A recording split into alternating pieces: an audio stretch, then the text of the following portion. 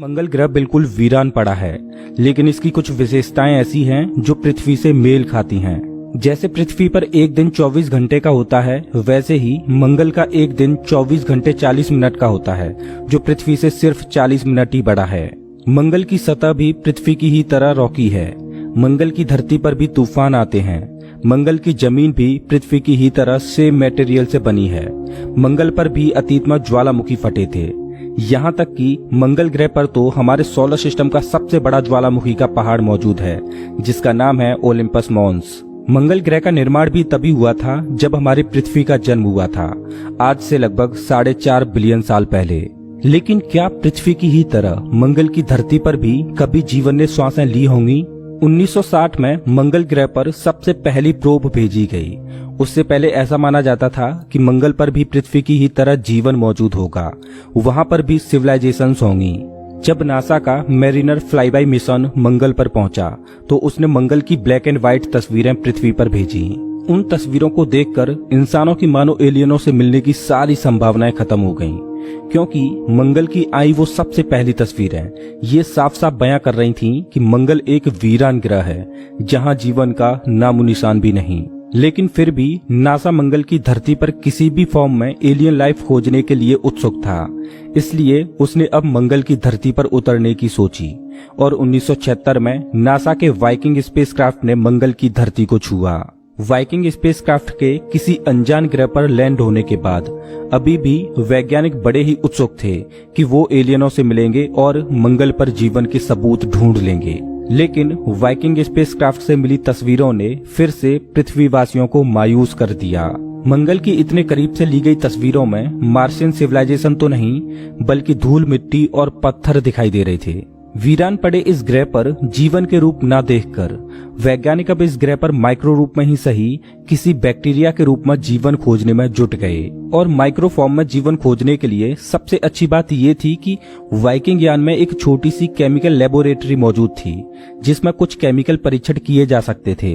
Viking यान ने मंगल की मिट्टी के कुछ परीक्षण किए तो उससे भी मायूसी हाथ लगी। मंगल एक ऐसा ग्रह है जो इतनी आसानी से अपने सीक्रेट्स बताने वाला नहीं। मंगल के बारे में कुछ ऐसे फैक्ट्स हैं जो आपको जानने चाहिए। मंगल का एवरेज टेम्परेचर -60 डिग्री सेल्सियस है। रात के समय में इस पर पारा गिरकर -125 डिग्री सेल्सियस पहुंच जाता है। मंगल का डायामीटर पृथ्वी से आधा है, लेकिन इसकी डेंसिटी पृथ्वी से कम है। इस वजह से इसकी ग्रेविटी पृथ्वी की 1/3 है। लेकिन मंगल का एक्चुअल सरफेस एरिया उतना ही है जितना पृथ्वी पर समुद्रों को छोड़कर सूखी जमीन है। नासा तो मानो मंगल ग्रह पर जीवन खोजने के लिए हाथ धो के पड़ा हो।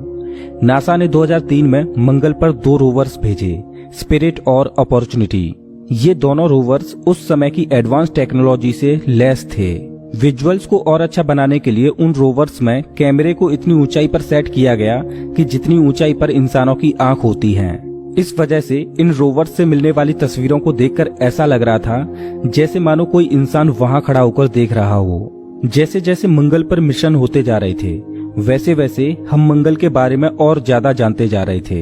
और ये तो तय हो चुका था कि इस ग्रह पर किसी इंसान को भेजने लायक माहौल तो बिल्कुल भी नहीं, क्योंकि मंगल का एटमॉस्फेयर बहुत ही पतला है, जिस वजह से वहाँ दबाव कम है। वहाँ का वातावरण बहुत ही ठंडा है। वहाँ पर पानी तो बहुत ज्यादा मात्रा में है, लेकिन वो जमी हुई अवस्था में जमीन के नीचे दबा पड़ा है। मंगल ग्रह पृथ्वी के किसी धूल के रेगिस्तान से भी ज्यादा सूखा है और यहाँ पर पिछले लाखों सालों से तो छोड़ो, करोड़ों सालों से बारिश की एक बूंद तक नहीं गिरी। मंगल पर किए गए मिशनों से एक रहस्य सुलझकर सामने आया। वो ये कि मंगल पर बड़ी बड़ी घाटियां मौजूद हैं, जिनसे ये साबित होता है कि मंगल का अतीत आज की तरह तो बिल्कुल भी नहीं था। अतीत में मंगल पर मौजूद बड़ी बड़ी घाटियों में पानी तरल रूप में बहा करता था, और जहां पानी तरल रूप में होता है वहां जीवन के पनपने की प्रबल संभावना होती है। तो क्या अतीत में मंगल पर जीवन ने सांसें ली थीं? वैज्ञानिक ये मानते हैं कि अतीत में मंगल ग्रह पर हमारी पृथ्वी की ही तरह परिस्थितियां मौजूद थीं। इस पर समुद्र थे, नदियां थीं, इसका खुद का एक एटमॉस्फेयर था। इस पर भी जीवन फला फूला होगा। लेकिन कभी जीवन को धारण करने वाला ग्रह आज के वीरान और लाल ग्रह में कैसे बदल गया, ये एक सबसे बड़ा रहस्य है। मंगल के इन्हीं रहस्यों से पर्दा उठाने के लिए वैज्ञानिक मार्स मिशन करते जा रहे हैं और उनकी खोज जारी है कि क्या मंगल पर आज भी एलियन लाइफ मौजूद है। जिस तरह की परिस्थितियां मंगल ग्रह पर मौजूद हैं, उसी तरह की परिस्थितियां पृथ्वी पर भी कई जगहों पर मौजूद हैं। जब वैज्ञानिकों ने पृथ्वी की उन जगहों पर रिसर्च की जो मंगल की ही तरह वीरान और बंजर पड़ी हैं, जहां जीवन बैक्टीरिया के रूप में भी मौजूद नहीं होना चाहिए, लेकिन हैरानी की बात यह थी कि पृथ्वी के उन वीरान पड़े बंजर इलाकों में भी जीवन के संकेत देखने को मिले, जिससे ये तो तय होता है कि मंगल की धरती में भी मिट्टी के नीचे जीवन के सबूत देखने को मिल सकते हैं। मंगल की धरती लाल है और इसका कारण है कि मंगल की मिट्टी में आयरन ऑक्साइड की मात्रा ज्यादा है। यह है मंगल ग्रह का सनसेट, जिसको रोवर स्पिरिट ने अपने कैमरे में कैद किया था। मंगल पर पतला एटमॉस्फेयर होने की वजह से सूर्य सनसेट के दौरान पृथ्वी की तरह ऑरेंज नहीं बल्कि नीला दिखाई दे रहा है।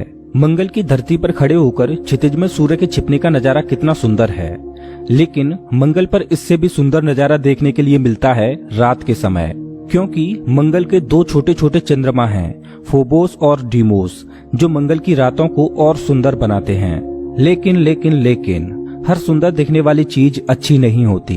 मंगल ग्रह एक शांत ग्रह नहीं है। इस पर एस्ट्रॉइड्स की बम्बार्डमेंट होती रहती है, क्योंकि पतले एटमॉस्फेयर की वजह से एस्ट्रॉइड्स इसके एटमॉस्फेयर में पूरी तरह जल नहीं पाते और इसकी सतह से टकराते रहते हैं। और यहाँ तक कि मंगल के जो चंद्रमा हैं, वो भी आने वाले समय में अपनी जगह पर नहीं रहने वाले।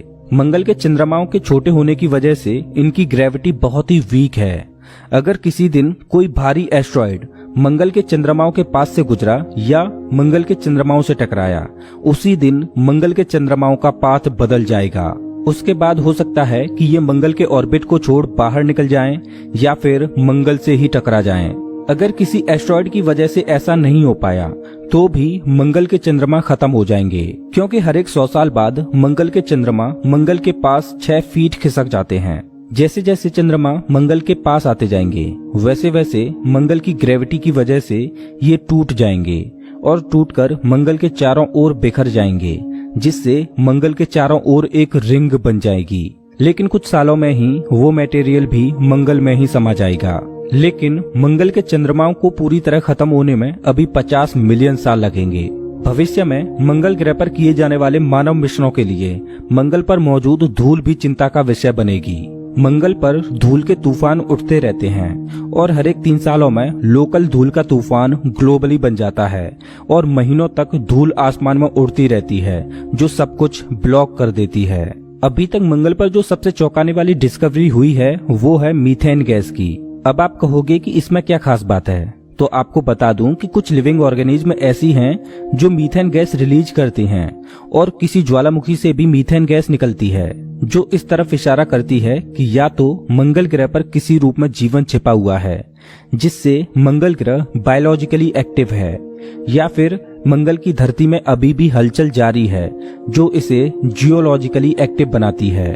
मंगल ग्रह पर मिले मीथेन के सबूत इसे एक्टिव ग्रह की कैटेगरी में शामिल कर देते हैं। वैज्ञानिकों को उम्मीद है कि मंगल पर जीवन किसी न किसी रूप में जरूर मौजूद होगा और इसकी रिसर्च के लिए वैज्ञानिकों ने हाईली एडवांस्ड टेक्नोलॉजी से बनी मशीनों जैसे क्यूरियोसिटी रोवर्स को भेजा है। लेकिन जब तक वैज्ञानिक मंगल पर रोबोटिक मिशन करते रहेंगे, तब तक मंगल के रहस्यों से पर्दा उठने में देर होती जाएगी, क्योंकि एक रोबोट 5 सालों में जितनी रिसर्च कर पाएगा, उससे ज्यादा तो एक इंसान सिर्फ 2 हफ्तों में ही कर लेगा। स्पेस एक्सप्लोरेशन को आगे बढ़ाने के लिए वैज्ञानिक अब मंगल पर मानव मिशनों को भेजने की योजनाओं में जुटे हैं और ये तो तय है कि आने वाले कुछ सालों में ही जल्द ही हमारे बीच मौजूद कोई इंसान मंगल की धरती पर कदम रखने वाला है। दूसरे शब्दों में कहें तो मंगल की धरती पर कदम रखने वाला वो पहला इंसान इस धरती पर जिंदा है। मंगल पर इंसानों का ये सफर आसान नहीं रहने वाला, क्योंकि वहां पहुंचने में ही लगभग 6 महीनों का वक्त लग जाएगा। खैर, ये तो तय है कि भविष्य में मानव मिशन मंगल पर जाएंगे और मंगल के रहस्यों से पर्दा उठेंगे। लेकिन कुछ वैज्ञानिक मंगल को टेराफॉर्म कर फिर से पृथ्वी जैसा बनाने का सपना देखते हैं। हालांकि ये सुनने में साइंस फिक्शनल जरूर लगता है, लेकिन मंगल को टेराफॉर्म करने की ये एक मजेदार कल्पना है। तो चलिए जानते हैं कि कैसे वैज्ञानिक मंगल को टेराफॉर्म करने की सोच रहे हैं अभी तक मंगल पर किए गए मिशनों से ये तो साफ हुआ है कि मंगल की धरती पर बहुत ज्यादा मात्रा में पानी और कार्बन डाइऑक्साइड गैस मौजूद हैं। मंगल की धरती पर पानी मिट्टी के नीचे और पोल पर मौजूद है, लेकिन मंगल ग्रह इतना ठंडा है कि उस पर पानी जमी हुई अवस्था में है। लेकिन जैसा कि हम जानते हैं कि जीवन के लिए सबसे अच्छी परिस्थितियां वहीं हो सकती हैं जहां पानी तरल रूप में मौजूद हो। लेकिन हम इंसानों के लिए सबसे अच्छी बात यह है कि हम अपनी अभी की टेक्नोलॉजी से ही मंगल की धरती को पृथ्वी जैसा बना सकते हैं। मंगल ग्रह को टेराफॉर्म करने के लिए हमें किसी हाईली एडवांस टेक्नोलॉजी की जरूरत नहीं पड़ने वाली, और मंगल को टेराफॉर्म करने के लिए हमें ज्यादा मशक्कत करने की भी जरूरत नहीं, क्योंकि मंगल की धरती पर हमें केवल वही करना है जिस काम में हम सबसे ज्यादा माहिर हैं। और आप तो जानते ही हो कि हम इंसान ग्लोबल वार्मिंग करने में सबसे ज्यादा माहिर हैं। पृथ्वी पर ग्लोबल वार्मिंग करना हमारे अस्तित्व के लिए बहुत बड़ा खतरा बन सकता है, लेकिन अगर हम मंगल की धरती पर ग्लोबल वार्मिंग करें तो वो हमारे लिए वरदान साबित होगा। अगर हमें मंगल की धरती को पृथ्वी जैसा बनाना है तो हमें मंगल की धरती पर पृथ्वी से भी कई गुना ज्यादा मात्रा में ग्लोबल वार्मिंग करनी पड़ेगी। तो जानते हैं कि हम अपनी आज की टेक्नोलॉजी से मंगल की धरती को कैसे बदल सकते हैं। हमें मंगल की धरती पर बड़े बड़े पावर प्लांट्स लगाने होंगे जिनसे वहां पर ग्रीन हाउस गैसेज पैदा कर सकें। मंगल की धरती पर लगातार 100 सालों तक ग्रीन हाउस गैसेज पैदा करनी होंगी। बहुत ज्यादा मात्रा में हुए ग्रीन हाउस इफेक्ट की वजह से मंगल का एटमॉस्फेयर गर्माने लगेगा। एटमॉस्फेयर में हीट के ट्रैप होने की वजह से मंगल की पोलर आइस कैप पिघलने लगेगी और फाइनली 1 सदी बाद हमें पहली सफलता मिलेगी जिसमें हम पानी को बर्फ से लिक्विड फॉर्म में बदल पाएंगे। पानी के लिक्विड फॉर्म में आने के बाद उस पर नदियां बहने लगेंगी। लेकिन काम यहीं खत्म नहीं हो जाता। केवल पानी का लिक्विड फॉर्म में आ जाने से ही वहां पर रहना आसान नहीं होगा, क्योंकि वहां पर श्वास लेने के लिए एक ब्रीदेबल एटमॉस्फेयर भी तो होना चाहिए। मंगल के जहरीले एटमॉस्फेयर को ऑक्सीजन से भरने के लिए हमें अपने नेक्स्ट स्टेप पर काम करना होगा, और वो है मंगल की धरती पर प्लांट लाइफ। लेकिन उसके लिए मंगल की धरती को फर्टिलाइज होना होगा।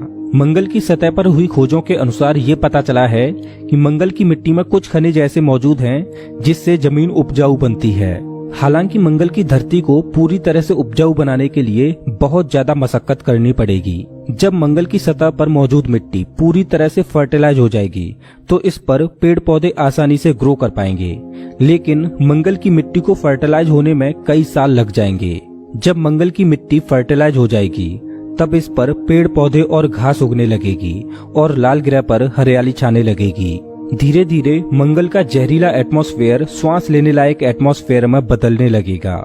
हजारों सालों की मेहनत के बाद मंगल ग्रह को टेराफॉर्म कर उस पर रहा तो जा सकेगा, लेकिन मंगल हमारी दूसरी पृथ्वी कभी नहीं बन सकता, क्योंकि पृथ्वी इतनी खास है कि इसकी जगह कोई और ग्रह नहीं ले सकता। लेकिन हाँ, एक बात तो तय है कि भले ही हम वीरान पड़े लाल ग्रह को टेराफॉर्म कर दें, लेकिन जब तक मंगल ग्रह टेराफॉर्म हो पाएगा उससे पहले ही हम अपनी हरकतों की वजह से पृथ्वी को वीरान और बंजर ग्रह जरूर बना देंगे। दोस्तों, अगर आपको ये वीडियो अच्छा लगा हो तो इसे लाइक करें।